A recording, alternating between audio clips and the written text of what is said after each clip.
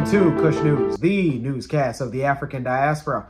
I'm your anchor, Ochanda, daily bringing you the top stories from Africa and the Caribbean. Let's take a look at today's news on Monday, July 17th, 2023. We go to Nigeria, where President Bola Tinubu and his vice president are speaking with the election council. President Bola Tinubu and his vice president have told the Presidential Election Petition Court to dismiss the petition of the Labour Party and its presidential candidate, Peter Obi. Tinubu and Shettima, through their counsel, have written a final address against the petition of Obi and the Labour Party, described the arguments and testimonies of witnesses presented by the challengers of the frivolous and bogus based on hearsay. In the written address, they urge the court to dismiss the petition as totally lacking in merit, substance, and bona fide.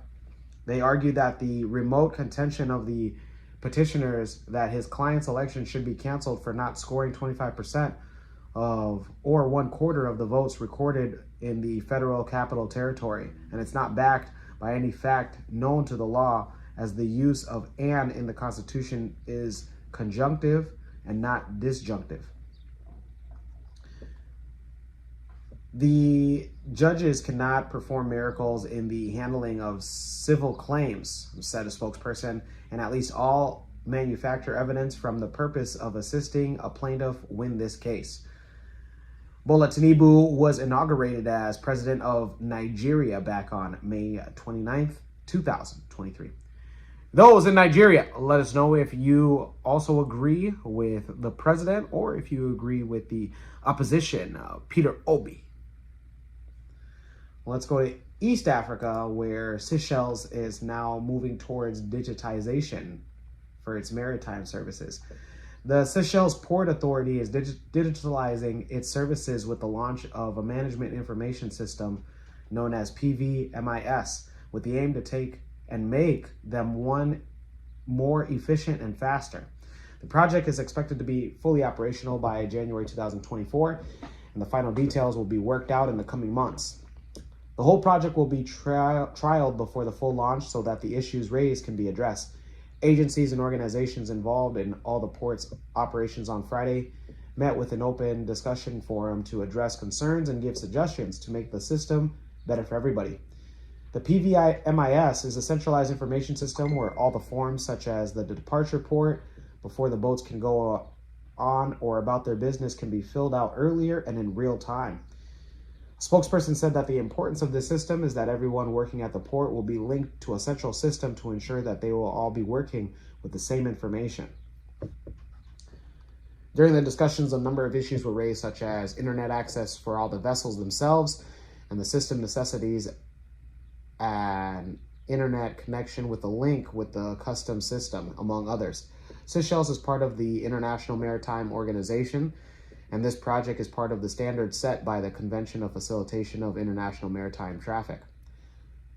This contains standards and recommendation practices for rules for simplifying formalities, documents, and procedures on ships' arrivals, stays, and departures.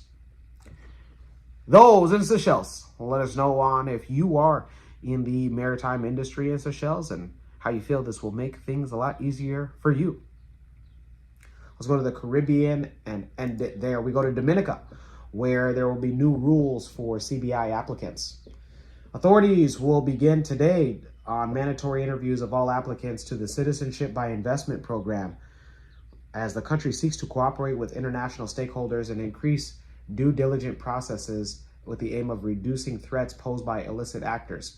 Dominica is one of 5 Caribbean nations with the CBI program, and this year it met with roundtable discussions to discuss challenges faced by Caribbean CBI programs, which it was agreed that all Caribbean nations would start conducting virtual or in-person interviews with each applicant. As the application process right now, it includes submitting financial statements, proof of employment, identification documents, amongst others. Dominica, like other CBI countries in the region, uses due diligence and risk agencies from the United States and United Kingdom. CBI nations are said to have the most proactive and transparent approach due to its diligence, something that has enhanced their reputation in the past. Prime Minister of Dominica, Roosevelt Skerrit, said that his country is serious and committed to the collective fight to safeguard respective financial systems. Those in Dominica, let us know your thoughts on new and improved regulations to make sure that things go right. Let's go to St. Kitts and Nevis, where the government is looking to crack down on sham marriages. St. Kitts and Nevis will be updating its citizenship through marriage rules in an effort to crack down on sham nuptials. Speaking at the Prime Minister's press conference, Attorney General and Minister of Justice and Legal Affairs said that it was time for the illicit industry to end. He stated, "We are finalizing new marriage verification regulations under the Citizenship Act. Marriage verification officers will be assigned to monitor and interview applicants to determine whether a marriage is valid, and persons are not getting married simply for the purpose of citizenship, which is a breach of the Citizenship Act." He added that we discovered a widespread black market industry where citizens in St. Kitts and Nevis were being paid almost close up to $900 US dollars and as much as $10,000 on the high end to marry a non-national who then obtained their citizenship the next day. One of the most highly instances on sham marriages in St. Kitts and Nevis involved a convicted Nigerian. The U.S. Justice Department said that instance and situation accrued about $50,000 of money that was stolen from a businessman to fraudulently acquire a St. Kitts and Nevis citizenship and a passport. Those in St. Kitts and Nevis, let us know your thoughts on the government taking initiatives to block sham marriages. And also to those outside of St. Kitts and Nevis, know that they don't want any passport bros over there. Let's go to St. Vincent and the Grenadines, where the Prime Minister wants reparations to be discussed. St. Vincent and the Grenadines Prime Minister Dr. Ralph Gonsalves said he expects mature discussions to take place during the two-day European Union and Caribbean States Summit that gets underway today. The European Union and the Community of Latin American and Caribbean States is the first to be held in 8 years. And Gonsalves, who is a pro torpe president, told reporters ahead of the deliberations that he expects the final communication to make a reference on the issue of reparations for enslavement of Africans. Similarly, I'm a proponent of reparations for native genocide and the enslavement of African bodies.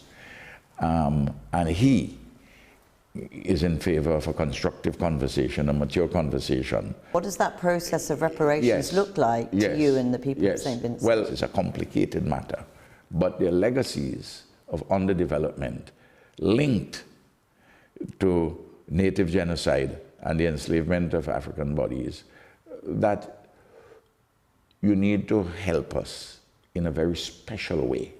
Something towards reparative justice.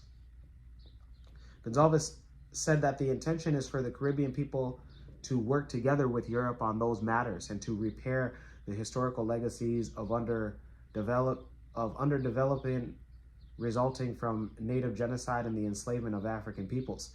Gonsalves said that in an agreement on the issue, it would be a basis for an intelligent, mature conversation.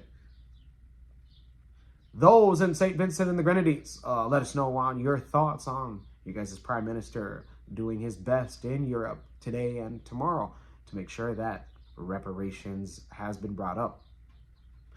When we come back, we'll have today's African proverb of the day. Don't go anywhere.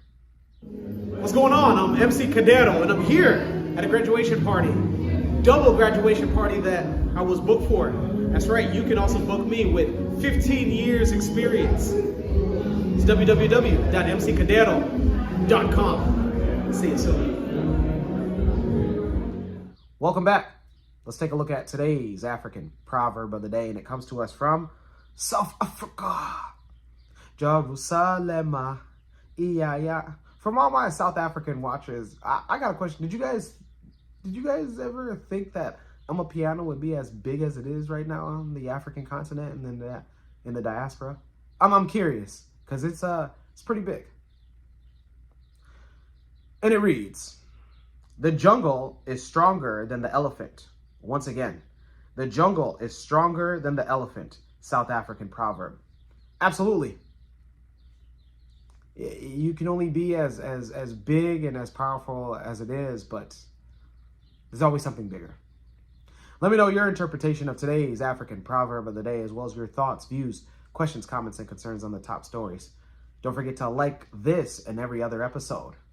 For Kush News on Kush Convos TV, I'm Ochanda. We'll see you next time.